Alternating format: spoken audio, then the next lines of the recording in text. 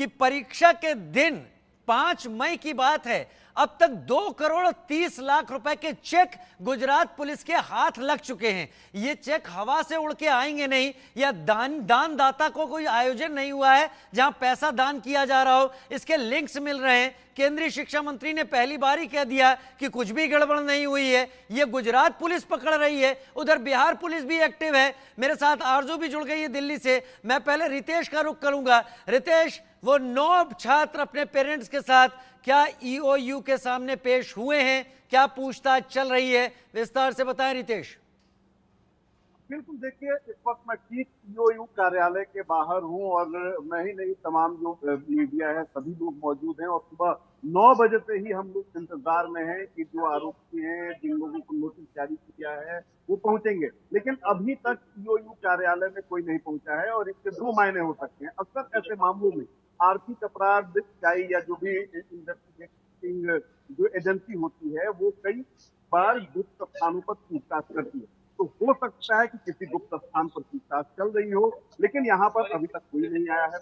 एक और जानकारी मिली है कि जिन लोगों को गिरफ्तार किया गया है, उन्हें कल रात आर्थिक अपराध इकाई यानी इकोनॉमिक ऑफेंस यूनिट बिहार ने रिमांड पर लिया और उनसे देर रात पूछताछ की गई और कई महत्वपूर्ण उनसे जानकारियां मिली हैं, जिसके आधार पर अब ईओयू मजबूती से अपनी कार्रवाई कर सकती है। तीसरी बात, जिन लोगों को नोटिस जारी किया गया है, जिन 9 लोगों को 2 दिन उनके लिए टेन्योर था, यानी वो आज भी कुछ लोगों को आना था और कुछ लोग कल आने वाले। तो हो सकता है कि लीगली, क्योंकि जाहिर सी बात है कि कल्प्रिट उन पर आरोप है, वो संदेह के घेरे में है, नोटिस ऐसे जाता नहीं है, तो नोटिस भेजा गया तो ऐसे लोग कानूनन भी सहारा लेते हैं ताकि वो आगे चलकर बचे। तो हो सकता है कि नोटिस का जवाब उन्होंने नोटिस से दिया हो। ये 3 चीजें जो है वो अभी चल रही है। हम आर्थिक अपराध इकाई कार्यालय के ही बाहर डटे हुए हैं और यहाँ पर इंतजार सभी को है कि वो लोग, जिन लोगों को नोटिस जारी किया गया है, वो कब आते हैं। हालांकि जैसे ही कोई बड़ी अधिकारी चाहे वो एडीसी हो, आर्थिक अपराध इकाई के नैन खान, अगर वो मिलते हैं उनसे हम पूछेंगे कि क्या अपडेट है, क्या जो डीआईजी जिनके जिम्मे ये पूरी जांच मनोजीत सिंह ढिल्लों, अगर वो मिलते हैं तो उनसे भी जरूर पूछेंगे कि आखिर जांच से कहां तक पहुंची है और पूछताछ में क्या निकला है। तो फिलहाल हम यहाँ मौजूद हैं और सभी लोगों को इंतजार है कि आज का दिन कितना महत्वपूर्ण होता है और आज कितना बड़ा खुलासा होता है। चलिए, मेरे साथ आरजू भी इस वक्त जुड़ी हुई हैं, लेकिन इससे पहले जयेश सोनी ने एक रिपोर्ट भेजी है, वो रिपोर्ट देख लेते हैं। एनटीए के नीट का घोटाला जो अभी अभी सामने आया है, उसमें गुजरात का गोधरा एक बहुत बड़ा एपिक सेंटर है, जिसमें गोधरा जलाराम इंटरनेशनल स्कूल के 5 कर्मचारियों का नाम बाहर आया है। गोधरा डीएसपी हिमांशु सोलंकी ने इस मामले में जलाराम इंटरनेशनल स्कूल के तुषार भट्ट, परसोत्तम रॉय जो कि बड़ौदा एक कोचिंग सेंटर के कर्मचारी है, और जलाराम इंटरनेशनल स्कूल के प्रिंसिपल परसोत्तम शर्मा, आरिफ वोहरा जो गोधरा के निवासी है, फिर आनंद विभोर जो कि बिहार के हैं। इन 5 को गिरफ्तार किया है और अभी इन्वेस्टिगेशन चल रहा है। परत दर परत हर नए खुलासे हो रहे हैं। अभी तक गोधरा पुलिस ने इस मामले में 2,30,00,000 के चेक बरामद किए हैं। इसके अलावा 7 लाख कैश भी बरामद की गई है और अन्य ब्लैंक चेक भी पुलिस को जलाराम इंटरनेशनल स्कूल के ऑफिस से मिले हैं। Nehal Shah, India news, Godhra, Gujarat.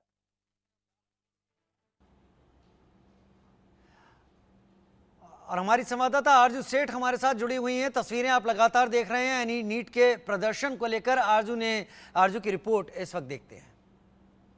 The talking point nowadays is the NEET result that came out on the 5th May.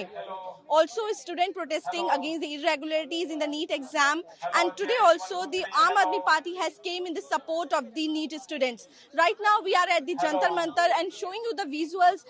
The stage has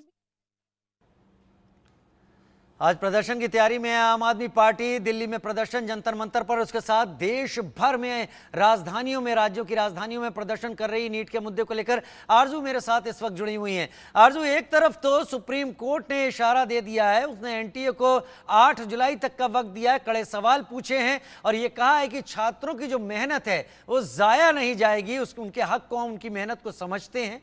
दूसरी तरफ ईओयू इंतजार कर रही है उन छात्रों से जिन्हें बुलाया गया है।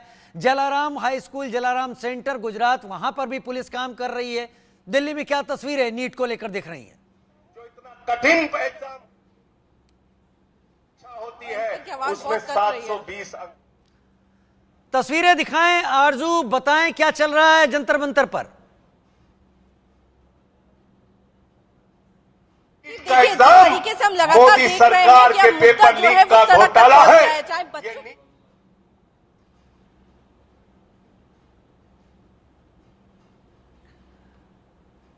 तो एनटीए में सुधार जरूरी, लेकिन आखिर कब तक, ये सवाल हम भी पूछ रहे हैं, क्योंकि लाखों बच्चों के भविष्य की बात है। हमारे संवाददाता अलग अलग जगह से हमारे साथ जुड़ भी रहे हैं। तस्वीरें आप प्रदर्शन की देख रहे हैं और इन छात्रों की बात यहां पर इसलिए भी जायज है क्योंकि जो चीजें शुरुआत से निकलती हुई आ रही हैं, 5 मई को जब पेपर लीक की बात उठी तभी गुजरात में सारी एक्टिविटी शुरू हो गई थी।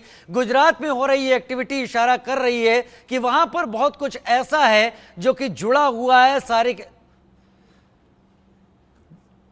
जयेश सोनी, जयेश विस्तार से बताएं जानकारी।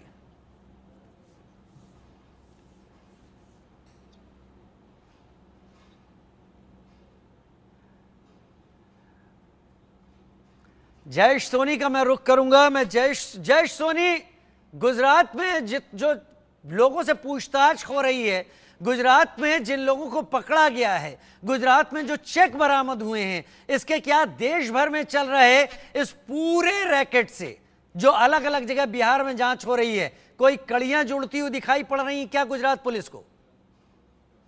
बिल्कुल, जिस 5 आरोपियों को पकड़ा गया है उसमें से एक आरोपी बिहार का है। साथ में जो स्टूडेंट्स यहाँ पर एग्जाम देने के लिए आए थे उसमें से कुछ स्टूडेंट जो है बिहार से भी थे। तो ये पूरा जो मामला है वो कहीं ना कहीं एक दूसरे से जुड़ता हुआ नजर आ रहा है।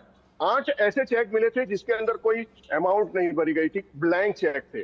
तो ये सारी चीजें जो है वो इशारा कर रही है कि एक बड़ी रकम जो है वो वसूल करने वाले थे। कुछ अलग अलग एजेंट्स जो है कि वो उन्होंने ये चेक कलेक्ट करके यहाँ पर सेंटर पर भेजे गए थे और वो एजेंट के द्वारा ये पूरा सेंटर जो है वो सेट किया गया था। अलग अलग राज्यों से जो स्टूडेंट्स आने वाले थे उन स्टूडेंट्स के पर्चे जो उनको क्वेश्चन पेपर के अंदर जो आंसर उनको याद है वो आंसर उनको भरने के लिए कहा गया था, जो याद नहीं है उस आंसर को ब्लैंक छोड़ने के लिए कहा गया था, जो कि बाद में भरे जाएंगे, ऐसा उनको आश्वासन दिया गया था। और इसी काम के लिए उनसे 10-10 लाख रुपए वसूल किए गए थे। तो 30 स्टूडेंट्स के मिलाकर अगर हम देखें तो ये 23 स्टूडेंट्स के जो अमाउंट थे वो पुलिस ने बरामद किए हैं। 8 ऐसे चेक थे जो कि ब्लैंक मिले थे। तो ये पूरा जो मामला है 30 स्टूडेंट्स के सामने आने की बात है। अब पुलिस ये सारे स्टूडेंट्स के एड्रेस और जो उनके डिटेल्स है वो खंगाल रही है, क्योंकि एनटीए की तरफ से अभी तक उनको जो जानकारी मांगी है उनसे वो नहीं दी गई है। पुलिस ने उस टाइम ये स्टूडेंट्स यहाँ पर जब मौजूद थे उस टाइम इन लोगों की कोई डिटेल्स लेनी जरूरी नहीं समझी होगी, या पता नहीं क्यों इन लोगों ने ये सारे स्टूडेंट्स की जो लिस्ट उनके पास आई हुई थी उनकी डिटेल्स कलेक्ट नहीं की। अब उनको जाने दिया गया है। अब पुलिस उन स्टूडेंट्स को ढूंढ रही है।